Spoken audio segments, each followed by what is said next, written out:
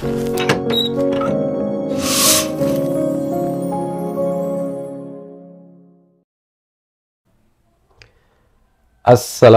warahmatullahi wabarakatuh. Semangat pagi, semangat siang, semangat sore, semangat malam, dan salam merdeka belajar. Salam dan bahagia. Bapak Ibu, kawan-kawan, sahabat sekalian, dalam konten video saya kali ini ya, saya mengajak Bapak Ibu untuk kita sama-sama mempelajari tentang tujuan pembelajaran. Ya, lebih spesifik lagi pada konten ini kita akan demo, kita akan praktikan bagaimana merumuskan tujuan pembelajaran dengan mengikuti karakteristik ya, keadaan yang ada di setiap satuan pendidikan kita. Ya, pada konten saya sebelumnya, saya sempat mengupload ya vlog tentang mengenal capaian pembelajaran. Nah, kelanjutan dari konten tersebut, kali ini kita mencoba merumuskan seperti apa merumuskan tujuan pembelajaran dalam kurikulum Merdeka, dan kita akan demo langsung nanti ya Bapak Ibu. Tentunya saya tetap mengajak Bapak Ibu sekalian terus belajar ya. Di platform Merdeka Mengajar sudah tersedia semua di sana. Silahkan bisa diadopsi, dimodifikasi ya, dipraktikan hal-hal baik yang ada di sana yang bisa kita adaptasikan di satuan pendidikan kita masing-masing. Oke, langsung aja ya kawan-kawan, sedikit saya akan jelaskan dulu seperti apa tujuan pembelajaran dalam versi kurikulum Merdeka. Sebelumnya nanti kita langsung untuk demo merumuskan tujuan pembelajaran. Ya, oke. Merumuskan tujuan pembelajaran. Sahabat sekalian, silahkan nanti ya dipelajari lebih detail di platform Merdeka Mengajar tentang capaian pembelajaran ya. Ya, ataukah juga bisa menonton vlog video saya sebelumnya terkait tentang mengenal capaian pembelajaran. Ini penting bagi kawan-kawan yang belajar implementasi kurikulum Merdeka ya. Kita ada tahapan-tahapannya yang perlu kita ikuti. Nah, pada vlog video 1 sudah saya jelaskan karakteristik kurikulum Merdeka. Ada tahapan-tahapan di setiap fase yang nantinya akan dilalui murid selama bersekolah. Nah, Bapak Ibu, agar murid-murid kita dapat mencapai capaian pembelajaran di akhir fase, maka guru perlu menurunkan capaian pembelajaran untuk menjadi sebuah tujuan pembelajaran yang operasional ya, yang bisa nantinya diukur, diamati, kemudian dievaluasi ya, seperti itu.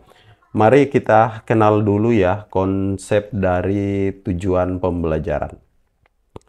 Setiap aktivitas kita tentunya memiliki tujuan, Bapak Ibu. Ya, suatu aktivitas pasti memiliki tujuan. Tujuan itu bukan diartikan sebagai hasil saja.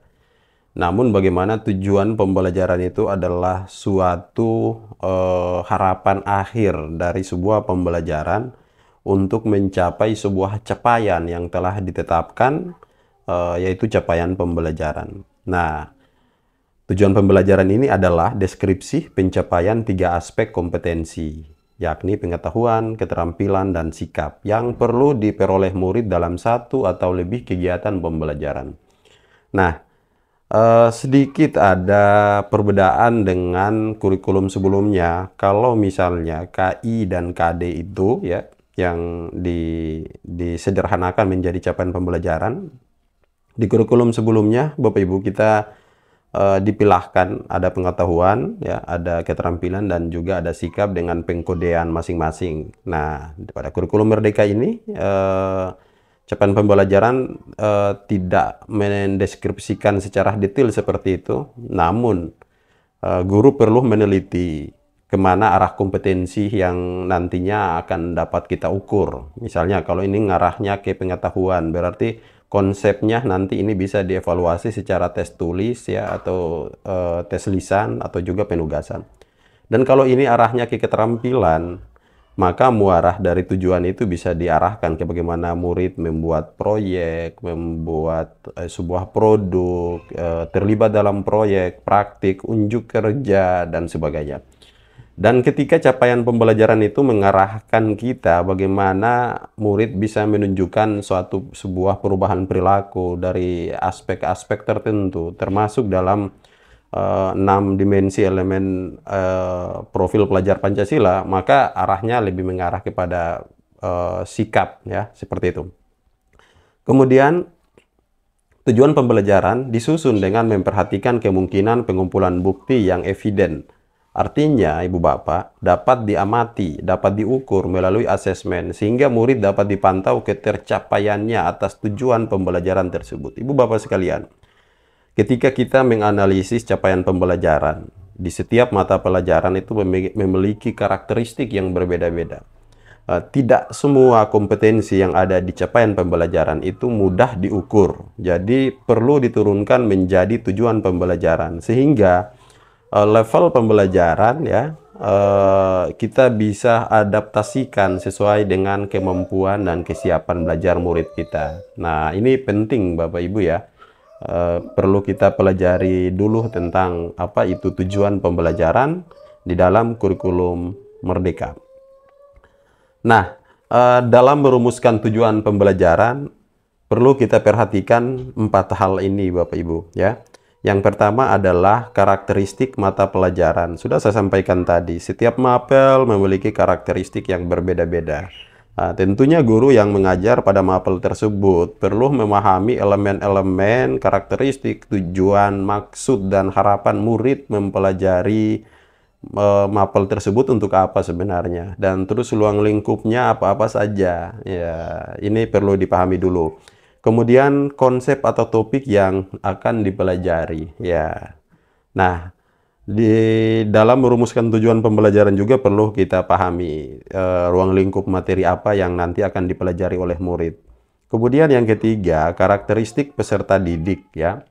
Ya, karena sekolah kita memiliki karakteristik dan keadaan yang khasnya berbeda-beda, maka perlu Bapak Ibu memperhatikan ini dalam merumuskan tujuan pembelajaran, sehingga benar-benar capaian yang ingin dicapai murid nanti, ya, di muara akhir melalui tujuan pembelajaran ini benar-benar berfokus pada kebutuhan belajar mereka. Dan yang terakhir yaitu konteks lingkungan pembelajaran, ya. Manfaatkan berbagai sumber-sumber belajar yang ada di sekolah.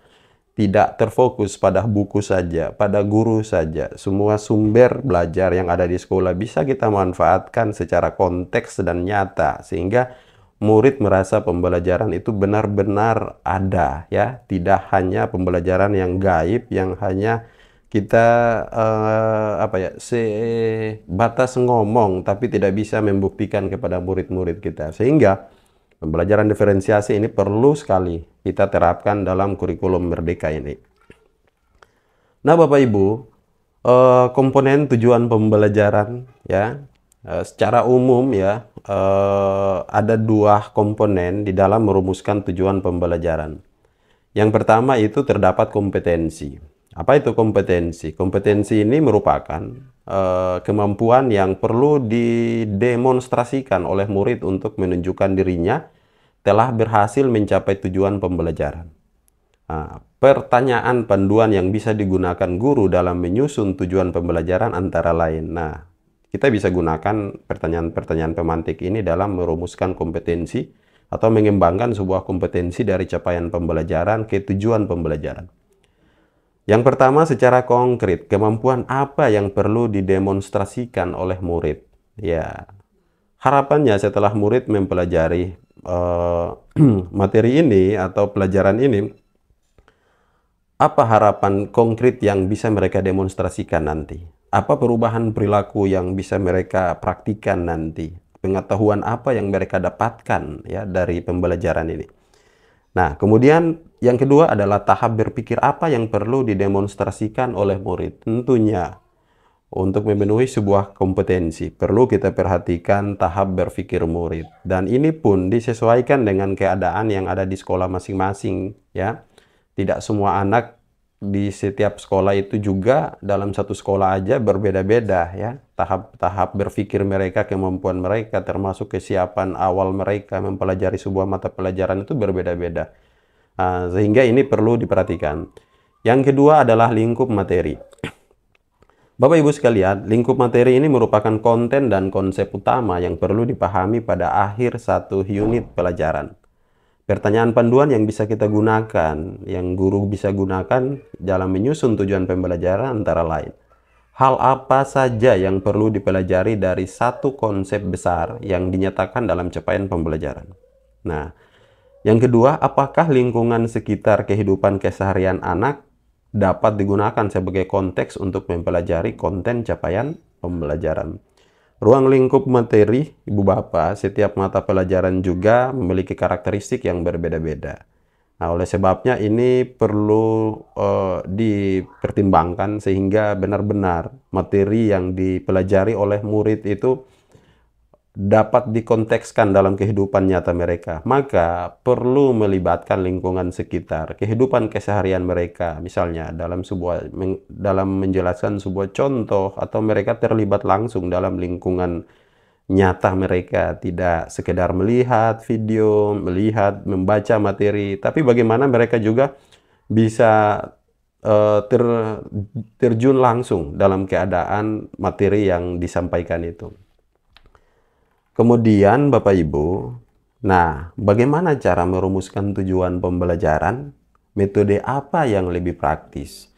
Ya, dalam merumuskan tujuan pembelajaran di kurikulum Merdeka, Bapak Ibu kita diberi keluasan, kemerdekaan untuk menentukan tujuan berdasarkan keadaan kita dan murid-murid serta sekolah kita. Termasuk juga daerah dan tempat kita berada. Nah, sehingga dalam merumuskan tujuan pembelajaran ini, tentunya perlu kita pahami kaidah-kaidahnya, sehingga walaupun ini dikembangkan berdasarkan keadaan, namun prinsip dan tujuan akhirnya dari merumuskan tujuan ini tetap terjaga dengan baik ya. Kemudian metode apa yang lebih praktis? Silahkan dikembangkan. Kalau punya model-model pengembangan tujuan pembelajaran yang lebih praktis menurut Bapak Ibu, yang penting itu bisa tertanggung jawab, ya silahkan. Ya, di sini mungkin ada beberapa alternatif ya yang nanti akan saya demokan buat Bapak Ibu bagaimana merumuskan tujuan pembelajaran. Silahkan nanti Bapak Ibu bisa memilih dari 3 alternatif ini menurut Bapak Ibu, dari setiap kompetensi dan ruang lingkup materi yang ada di capaian pembelajaran itu mana yang lebih tepat ya. Kita langsung aja ya Bapak Ibu. Dalam merumuskan tujuan pembelajaran, terdapat 3 cara yang dapat kita gunakan. Nah, alternatif 1 yaitu rumuskan tujuan pembelajaran secara langsung berdasarkan capaian pembelajaran. Yang kedua, merumuskan tujuan pembelajaran dengan menganalisis kompetensi dan lingkup materi capaian pembelajaran. Dan yang ketiga, merumuskan tujuan pembelajaran lintas elemen. Ya, Bapak Ibu sekalian, saya langsung demo aja dari 3 alternatif ini. Mudah-mudahan bisa menginspirasi Ibu Bapak sekalian yang menonton konten ini. Yang pertama, kita mencoba merumuskan tujuan pembelajaran secara langsung berdasarkan CP. Ya, ketiga, sebelum saya praktikkan, saya jelaskan lagi Bapak Ibu ya, ketiga ini tidak harus wajib. Bapak Ibu boleh memilih dengan cara Bapak Ibu yang lebih mudah, lebih praktis yang mana. Ataukah Bapak Ibu memiliki metode-metode khusus misalnya. Yang penting tidak mengurangi capaian akhir dari capaian pembelajaran itu. Ya, kemudian di alternatif 1 nih, ini langkah yang paling mudah dan paling gampang Bapak Ibu dalam merumuskan tujuan pembelajaran. Ya. Kata kunci dari alternatif 1 yaitu yang pertama, analisis capaian pembelajaran. Kemudian perhatikan harapan akhirnya dan langsung rumuskan tujuan pembelajaran berdasarkan komponennya. Nah, karena ini paling mudah Bapak Ibu, saya demokan untuk mata pelajaran matematika di fase B, elemen pengukuran ya. Nah, di sini karena ini mudah, saya tidak perlu demo, saya beri warna seperti ini saja ya, karena kita tinggal mengangkat ya kata-kata kunci ya yang bisa kita jadikan sebagai tujuan pembelajaran dari capaian pembelajaran menjadi tujuan pembelajaran. Nah, misalnya ini pada elemen pengukuran di mapel matematika fase B. Pada akhir fase B, peserta didik dapat mengukur panjang dan berat benda menggunakan satuan baku. Mereka dapat menentukan hubungan antara satuan-satuan baku panjang, ya, sentimeter, meter. Mereka dapat mengukur dan mengestimasi luas dan volume menggunakan satuan tidak baku dan satuan baku berupa bilangan caca. Nah, ini di elemen pengukuran. Ketika Bapak Ibu merumuskan dengan cara alternatif 1, yaitu rumusannya secara langsung berdasarkan CP, maka Bapak Ibu bisa lihat yang berwarna kuning, ya. Kita langsung mengukur panjang dan berat benda menggunakan satuan baku. Ini menjadi tujuan pembelajaran. Ya, kita bisa mengangkat langsung dari CP seperti ini, ya. Kemudian yang berwarna biru, lanjutannya mereka dapat ya menentukan hubungan antara satuan baku panjang sentimeter, meter. Nah, kita langsung rumuskan. Nah, kemudian yang merah mengatur dan mengestimasi luas dan volume menggunakan satuan tidak baku dan satuan baku berupa bilangan cacah. Pun kita bisa pindahkan menjadi rumusan tujuan pembelajaran. Nah, ini yang paling mudah Bapak Ibu. Dari 3 alternatif itu yang paling mudah seperti ini dan banyak teman-teman menggunakan cara seperti ini. Namun Ibu Bapak, perlu kita perhatikan lagi ya. Perhatikan harapan akhir dan karakteristik seperti sebagaimana yang sudah saya sampaikan tadi. Ya, harus memperhatikan salah satunya juga karakteristik murid kita.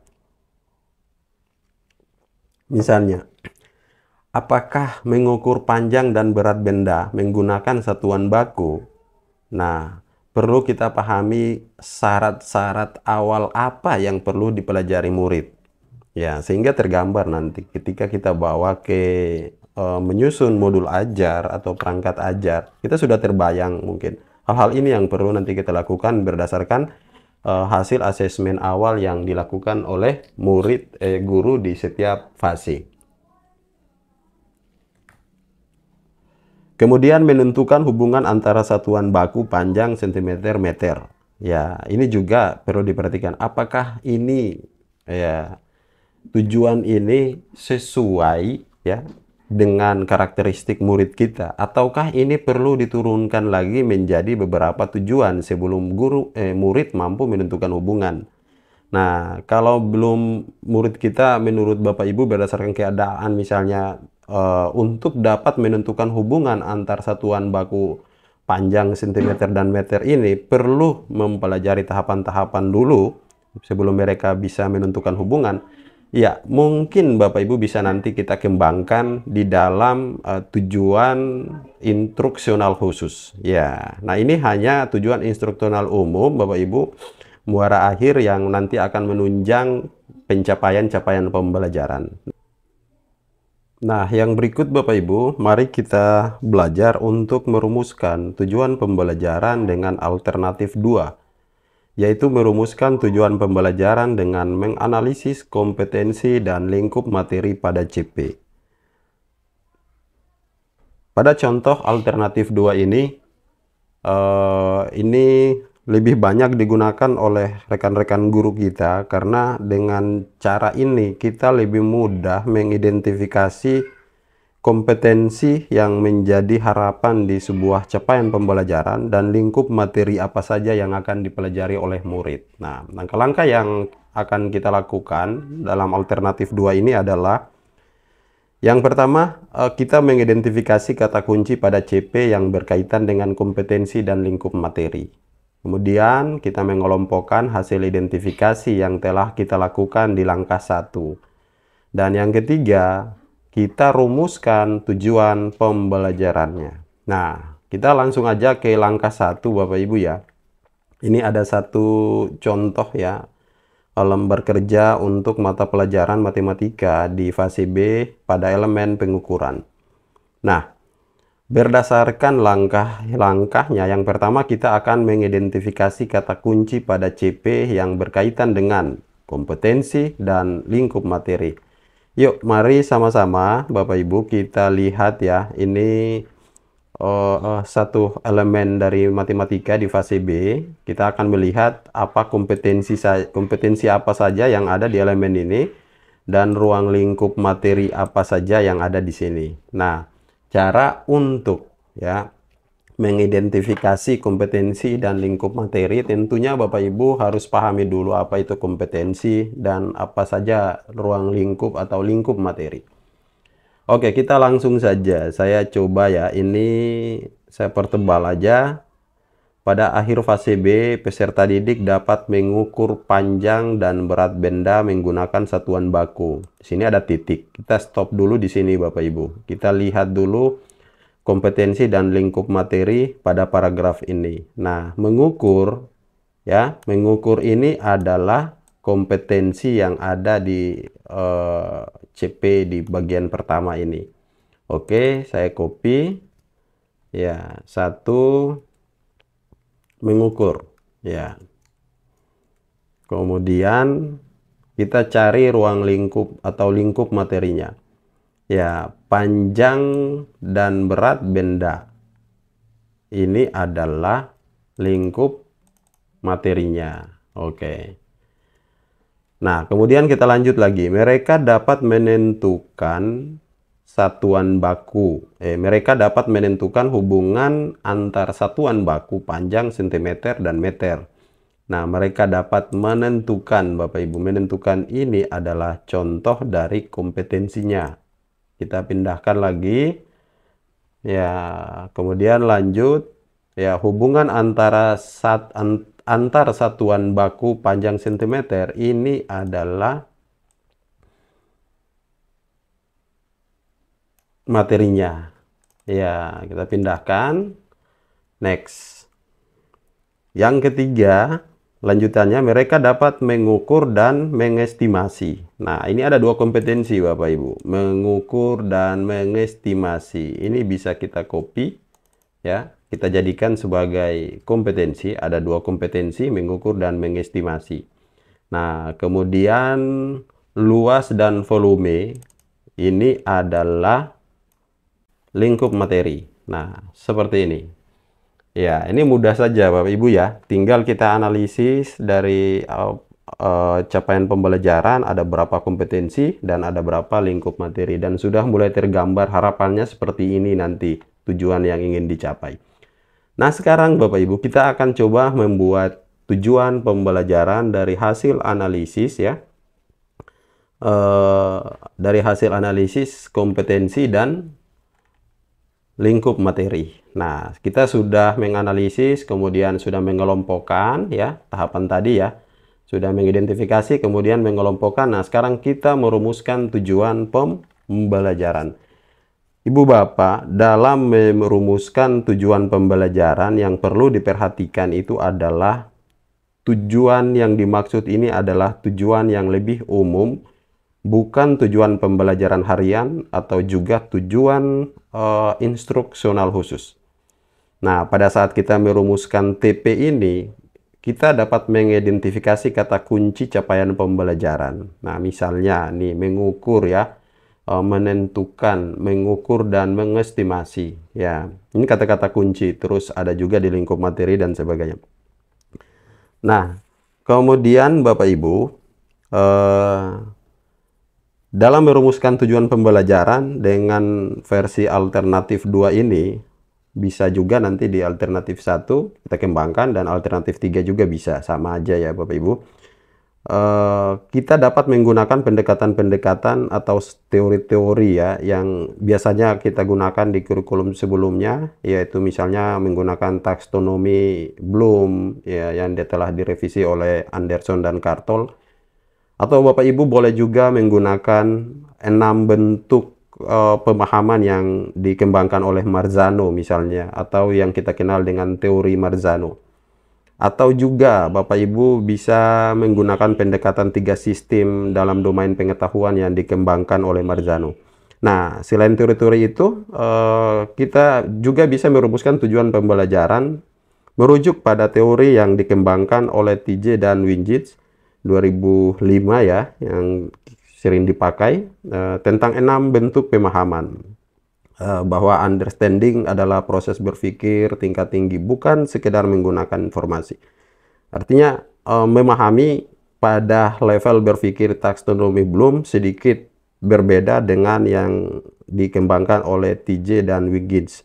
Nah, bukan sekedar menggunakan informasi untuk menjelaskan atau menjawab pertanyaan. Menurut TJ dan Wiggins, pemahaman dapat ditunjukkan melalui kombinasi dari 6 kemampuan. Ya, selain ketiga teori ini, kita juga dapat menggunakan teori atau pendekatan lain selama teori tersebut dinilai relevan. Nah, silakan Bapak Ibu kembangkan, mengurutkan tujuan pembelajaran ini sebagaimana yang sudah saya jelaskan tadi, bahwa menggunakan kata-kata kerja atau kata-kata kunci yang nantinya dapat diukur ya.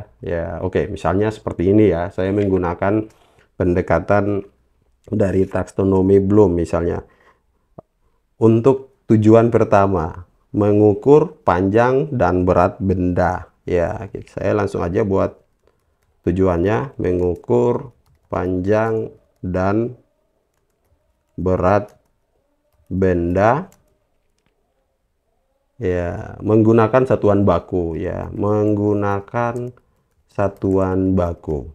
Ya, ini tujuan akhir Bapak Ibu di fase B ini pada elemen pengukuran.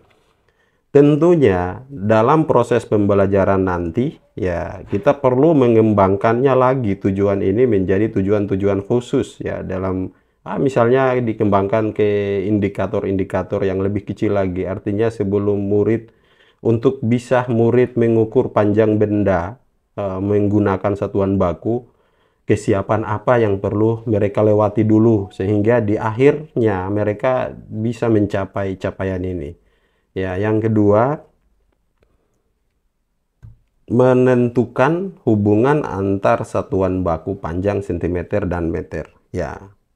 Nah, kita langsung aja menentukan ya hubungan antar satuan baku panjang ya sentimeter meter. Oke, seperti ini Bapak Ibu. Next, kita ke tujuan yang ketiga, mengukur dan mengestimasi ya. Lingkup materinya adalah luas dan volume. Oke, kita langsung aja ya, mengukur dan mengestimasi ya, mengukur dan mengestimasi luas dan volume. Saya copy aja.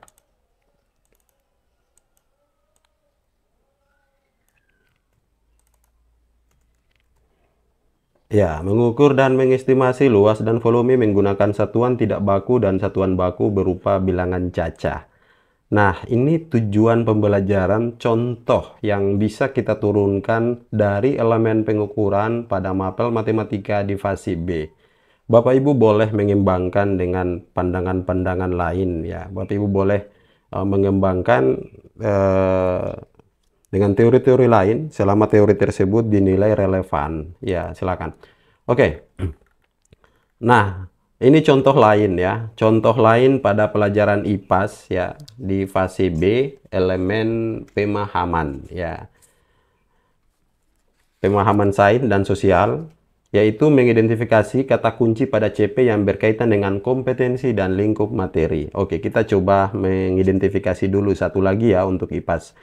Ya, capaian pembelajarannya seperti ini, bisa Bapak Ibu lihat dan bisa baca juga ya. Kemudian yang pertama, kita akan identifikasi kata kunci yang berkaitan dengan kompetensi. Oke, peserta didik saya langsung warnai biar lebih konteks.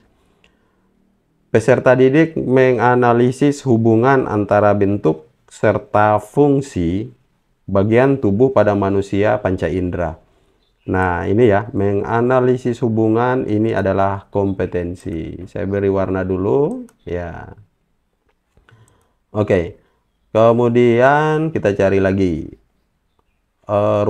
lingkup materinya. Ya, lingkup materinya antara bentuk serta fungsi bagian tubuh pada manusia panca indera. Nah, fungsi bagian tubuh ini ya atau panca indera, ini adalah lingkup materinya. Ya, oke. Next. Peserta didik, lanjut lagi, peserta didik dapat membuat simulasi. Nah, membuat simulasi ini adalah kompetensinya. Ya, ini cara mengidentifikasi Bapak Ibu. Kemudian menggunakan bagan alat bantu sederhana tentang siklus hidup makhluk hidup. Nah, siklus hidup makhluk hidup, ya, ini adalah lingkup materinya. Oke, saya pikir sangat mudah ya ini, teman-teman. Ya. Kemudian peserta didik dapat mengidentifikasi masalah yang berkaitan dengan pelestarian sumber daya alam di lingkungan sekitar dan kaitannya dengan, ya. Nah, kita lihat mengidentifikasi ini adalah kompetensinya. Nah, masalah yang berkaitan dengan pelestarian, ya, sumber daya alam. Oke, karena ini IPAS, jadi kalau guru IPAS dia lebih paham mana yang menyangkut tentang lingkup materi. Misalnya sumber daya alam. Nah, ini adalah lingkup materinya. Nah, misalnya seperti ini Bapak Ibu. Ya. Nah, saya rasa sangat mudah saja nih Bapak Ibu ya, bagaimana cara menganalisis kompetensi dan lingkup materi. Nah, selanjutnya jika itu sudah diidentifikasi, langkah kedua yaitu kita kelompokkan. Bapak Ibu boleh menggunakan format secara bebas. Ini salah satu contoh format. Kita pisahkan dulu capaian pembelajaran. Ternyata ada 3 kompetensi dan 3 ruang lingkup materi dari CP ini. Kita boleh lihat ini 1, 2, 3. Biru juga 1, 2, 3. Nah, kita tinggal pindahkan bagaimana kita mengelompokkan, ya, ini mengelompokkan hasil identifikasi yang telah kita lakukan tadi. Nah, sekarang kita kelompokkan di sini. Ya, menganalisis hubungan. Oke, 1. Ruang lingkupnya adalah panca indera. Ya. Kemudian yang ini tadi ya, yang ini Bapak Ibu ya, ya, membuat simulasi.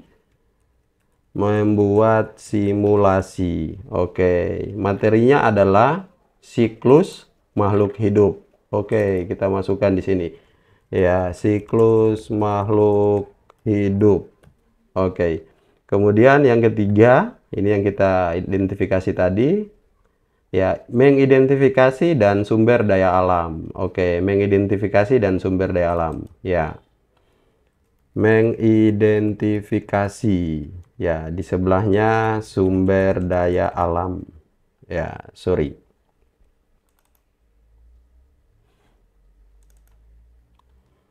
Sumber daya alam. Nah, contoh ini pada pelajaran IPAS fase B, elemen pemahaman sains dan sosial. Nah, ini hanya format yang sengaja saya buat untuk mempermudah saja. Silakan Bapak Ibu kembangkan kalau ada format-format lain yang menurut Bapak Ibu lebih simpel dan lebih sederhana, ya silahkan dikembangkan. Nah, setelah kita kelompokkan Bapak Ibu, sekarang langkah ketiga kita merumuskan tujuan pembelajaran. Oke. Ya, di langkah ketiga kita akan, ada satu lagi nih ya, peserta didik menganalisis, ya, menganalisis hubungan, ya, antara bentuk serta fungsi bagian tubuh pada manusia. Nah, oke. Ini bisa kita masukkan, lingkup materinya adalah hubungan antara bentuk serta fungsi. Nah, ini bentuk dan fungsi bagian tubuh manusia. Ini adalah lingkup materinya. Bentuk, ya, dan fungsi bagian tubuh pada manusia. Oke, sekarang kita akan mencoba merumuskan tujuan pembelajaran Bapak Ibu menggunakan pendekatan taksonomi Bloom. Ranah berpikirnya seperti ini mungkin. Guru perlu menganalisis ruang lingkup materi lebih dalam. Ya, ini perlu kita dalami lagi. Misalnya pada ruang lingkup panca indera, agar murid mampu menganalisis hubungan antara bentuk dan fungsi panca indera, kompetensi apa yang menjadi prasyarat dan mendukung capaian pembelajaran tersebut. Ya, nah kita coba buat dulu ya Bapak Ibu. Ini dikembalikan lagi ke sekolah sesuai dengan karakteristik murid. Ya, apa yang saya praktikkan belum tentu bisa dipakai di murid-murid Ibu Bapak. Ya, Bapak Ibu perlu lagi menyesuaikan dengan keadaan di sana. Misalnya, yang bisa saya buat berdasarkan keadaan murid saya, untuk tujuan pembelajaran yang pertama ini, agar mencapai CP ini ya, pada kompetensi menganalisis hubungan dan panca indera. Ya, murid saya perlu belajar dulu kayaknya, belum langsung mampu untuk menganalisis hubungan. Ya, mungkin mereka perlu mengidentifikasi dulu. Ya, kita lihat lagi. Ya, mengidentifikasi misalnya. Mengidentifikasi bagian tubuh manusia termasuk panca indera. Ya. Kemudian setelah itu mereka mengklasifikasikan struktur apa ya? Panca indera ya. Bisa kita sebutkan aja mata, hidung ya. Apalagi lidah, telinga, terus ya, dan kulit misalnya ya. Nah, ini langkah-langkah konkret yang bisa kita tempuh dalam pembelajaran untuk mencapai kompetensi menganalisis hubungan. Ya, seperti itu Bapak Ibu. Nah, kemudian di contoh ketiga, barulah mereka bisa menganalisis ya hubungan antara bagian panca indera. Mari kita perhatikan dulu Bapak Ibu. Ini ranah berpikir yang nanti akan kita kembangkan dalam fase B. Jadi jangan sebagaimana pada video saya sebelumnya yang telah katakan, pembelajaran itu bukan sebuah perlombaan, tapi pembelajaran itu adalah sebuah perjalanan. Jangan mengajak murid untuk berlomba-lomba siapa yang sampai ke tujuan saja, tetapi bagaimana untuk mencapai tujuan itu ada beberapa step-step yang perlu mereka lalui sehingga benar-benar bermakna sekali pembelajaran kita dan berkesan serta berdampak dalam kehidupan mereka. Contoh seperti ini. Pada saat kita merumuskan tujuan pembelajaran di kompetensi menganalisis hubungan pada ruang lingkup panca indera. Harapan akhirnya mereka dapat menganalisis hubungan antara bentuk serta fungsi bagian tubuh pada manusia panca indera. Tentunya Bapak Ibu, siswa belum tentu belajar langsung bisa menganalisis hubungan Bapak Ibu. Perlu ada tahapan-tahapan dulu yang perlu mereka pelajari. Contoh, mereka butuh mengidentifikasi dulu bagian tubuh manusia yang termasuk panca indera. Setelah mampu mengidentifikasi, mereka diminta untuk mengklasifikasikan struktur mata, hidung, lidah, telinga, dan kulit. Nah, ketika mereka sudah mampu identifikasi dan terus mengklasifikasikan struktur dari panca indera, nah harapan akhir mereka akan menganalisis hubungan antara bagian panca indera ini akan terbantu bisa sampai ke sini. Tentunya ini Bapak Ibu akan ditempuh dalam satu fase. Ya, satu fase. Bisa jadi ini runtun pelajarannya karena ini fase B, bisa terjadi di kelas 3. Ya, semester 1 pembagiannya nanti sebagiannya juga ada di semester 2 ataukah sebagian dibagi nanti di setiap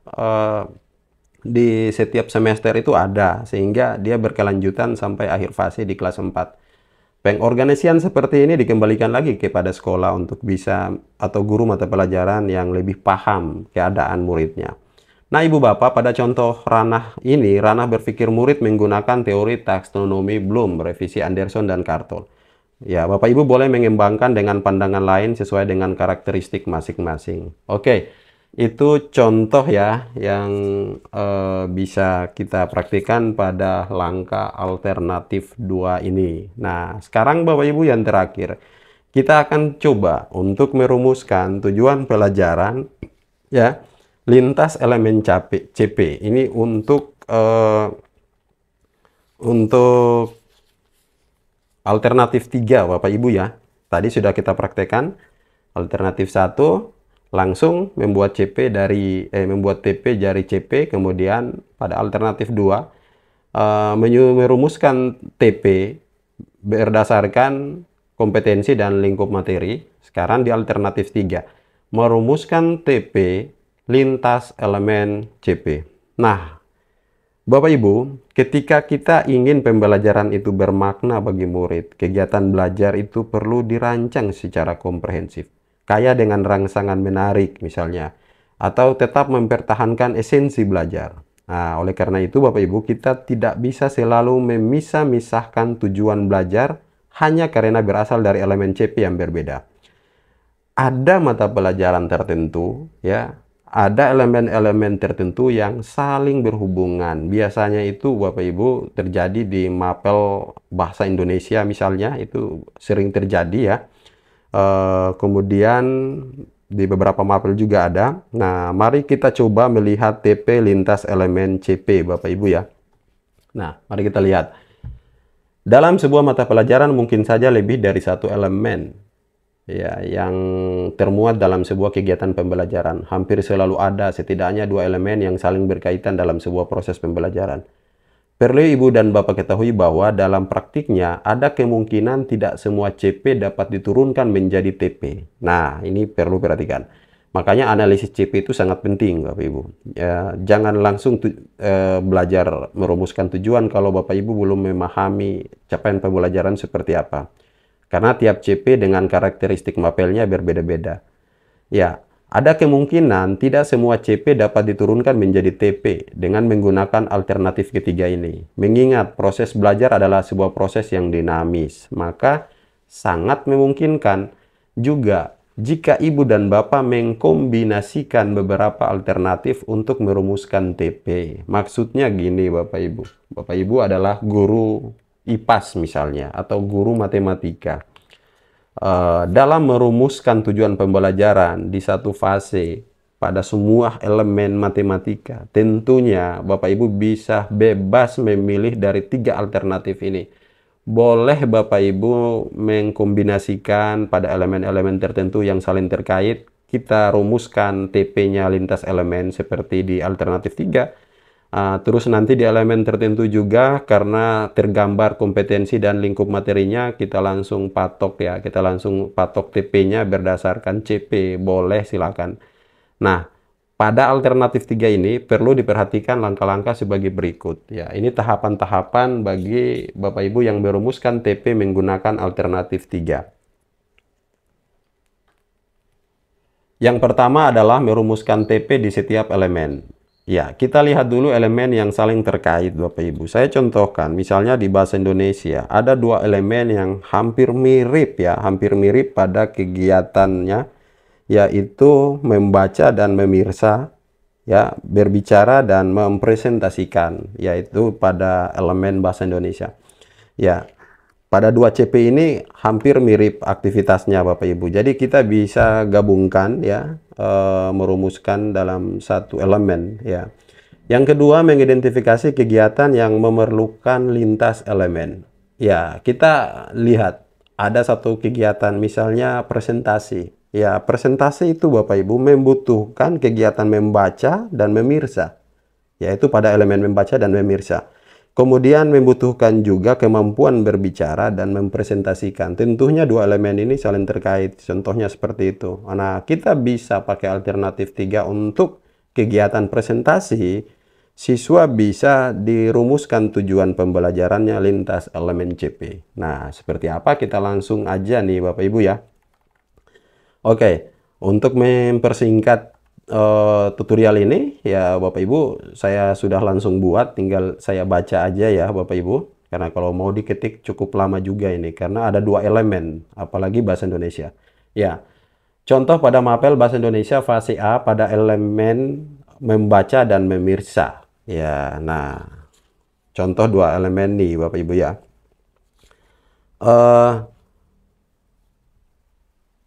Misalnya pada kegiatan presentasi. Nah, tadi kan sudah disampaikan, mengidentifikasi kegiatan yang memerlukan lintas elemen. Kegiatan presentasi, ada dua elemen yang membutuhkan keterampilan itu, yaitu membaca dan memirsa, berbicara dan mempresentasikan.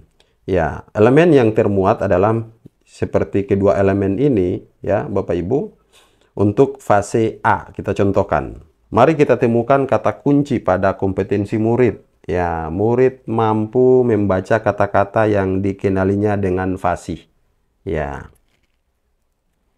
saya ambil contoh satu CP ini dulu Bapak Ibu ya, karena ini terlalu banyak. Kita ambil yang ini, peserta yang warna merah ya. Peserta didik mampu membaca kata-kata yang dikenalinya sehari-hari dengan fasih.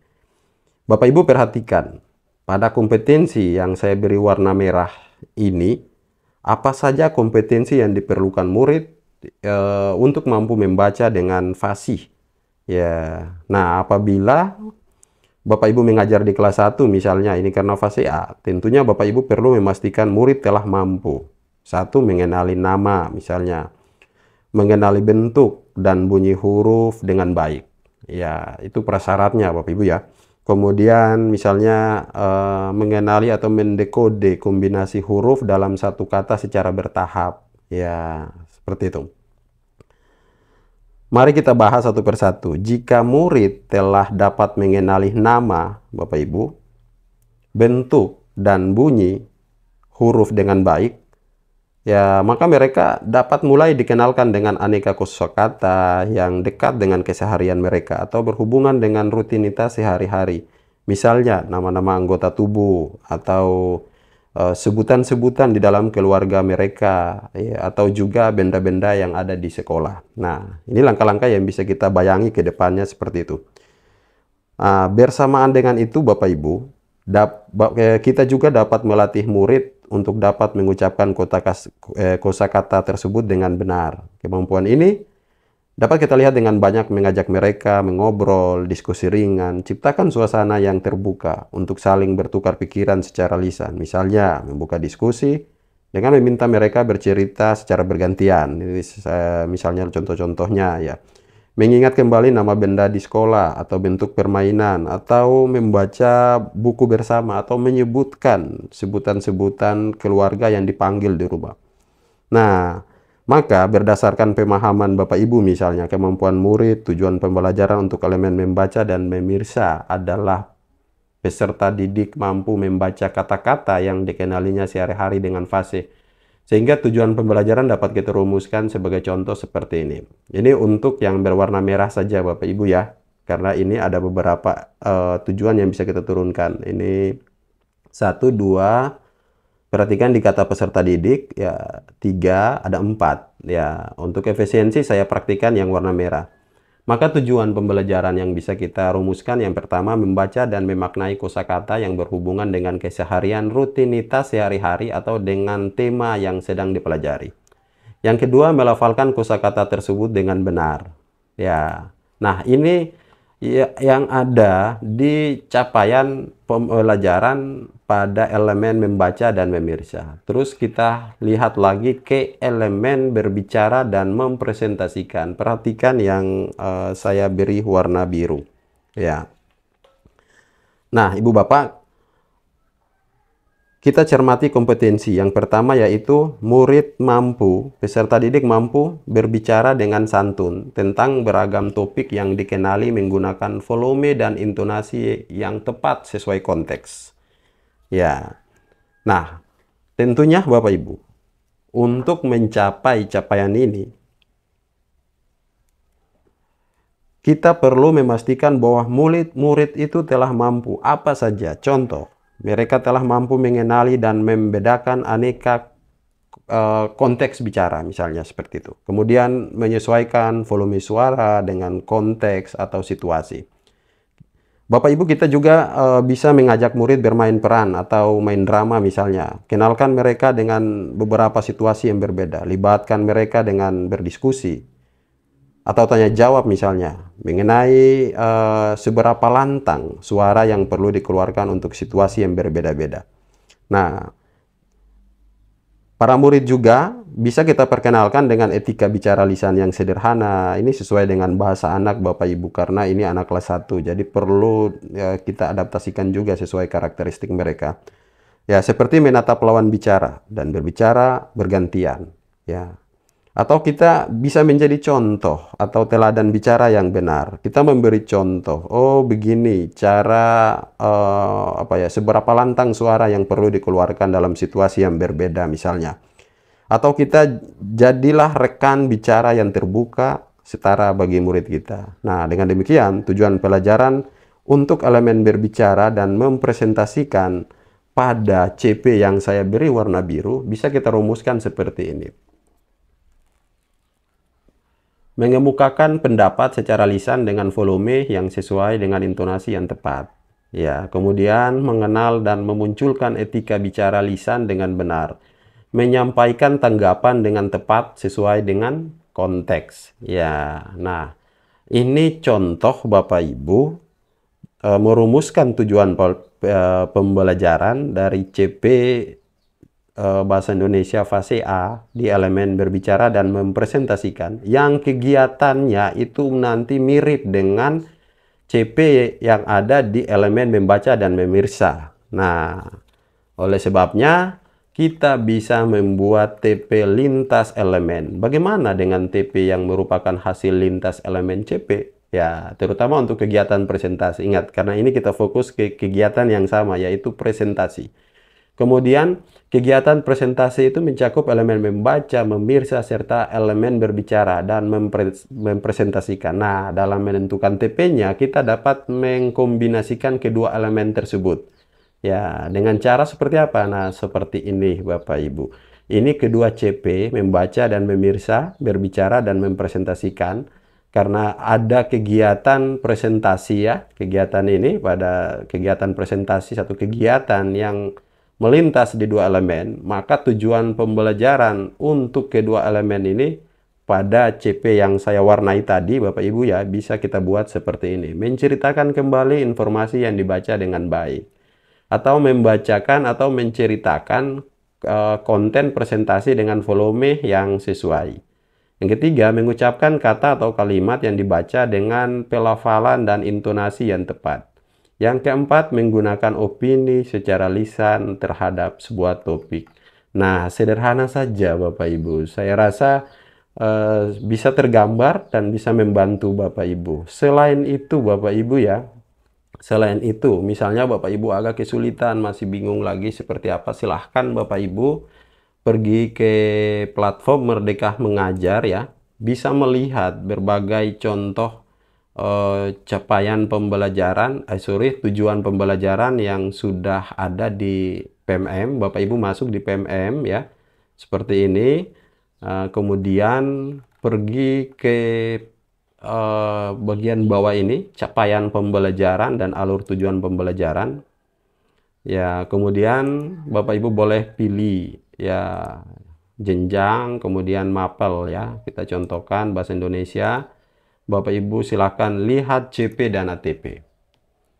Ya, di sini ada beberapa contoh yang disediakan untuk memudahkan kita belajar tentang bagaimana merumuskan CP dan kemudian nanti kita urutkan menjadi alur tujuan pembelajaran. Kita coba di fase B, Bapak Ibu.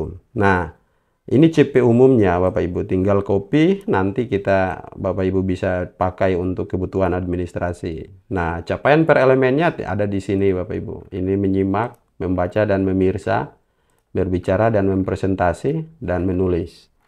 Oke, nah gimana kita mau bisa melihat contoh-contoh tujuan pembelajaran yang ada di PMM? Bapak Ibu masuk di contoh ATP.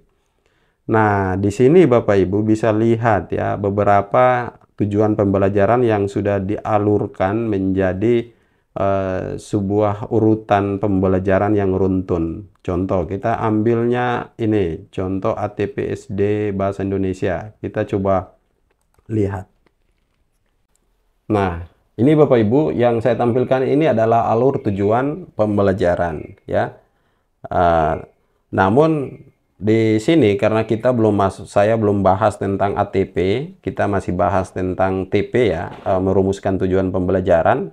Nanti pada konten berikutnya akan saya sajikan juga konten terkait tentang bagaimana dari rumusan-rumusan tujuan pembelajaran yang telah disusun diurutkan menjadi sebuah alur ya yang runtun seperti ini. Nah, contoh seperti ini Bapak Ibu. Ini contoh-contoh tujuan yang bisa Bapak Ibu lihat. Memahami instruksi-instruksi lisan dalam topik berkaitan dengan kegiatan sehari-hari, misalnya pengumuman di tempat-tempat umum. Nah, misalnya seperti ini Bapak Ibu bisa lihat contoh. Banyak format sekali di PMM. Jadi tidak ada format baku di sini. Silahkan dikembangkan. Yang penting itu relevan dengan kurikulum saat ini dan bisa dioperasionalkan serta bisa nanti dipertanggungjawabkan. Kita bisa lihat format lain lagi. Tadi formatnya begitu ya. Nah, kita bisa lihat format ATP yang modelnya lain dari yang saya tampilkan tadi.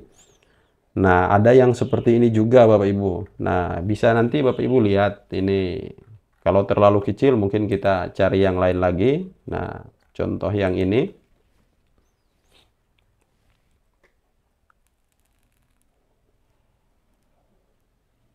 Ya. Nah, di sini ada beberapa tujuan-tujuan pembelajaran Bapak Ibu ya yang bisa kita modifikasikan, atau kalau menurut Bapak Ibu ini cocok dengan murid-murid dan keadaan di sekolah, silakan dipakai misalnya. Nah, ini tujuan-tujuan pembelajaran. Di sini contoh yang ini ya. Nah, ini Bapak Ibu ya. Ini tujuan untuk mapel bahasa Indonesia di fase B. Ada yang formatnya seperti ini, ada seperti yang saya tampilkan tadi. Jadi beragam sekali, silakan. Oke, demikian ya untuk konten ini. Semoga menginspirasi dan membantu Bapak Ibu. Nanti akan saya vlog juga Bapak Ibu ya, kelanjutan dari vlog ini yaitu menyusun alur tujuan pembelajaran. Terima kasih sudah mengikuti sampai selesai, semoga terbantu. Assalamualaikum warahmatullahi wabarakatuh.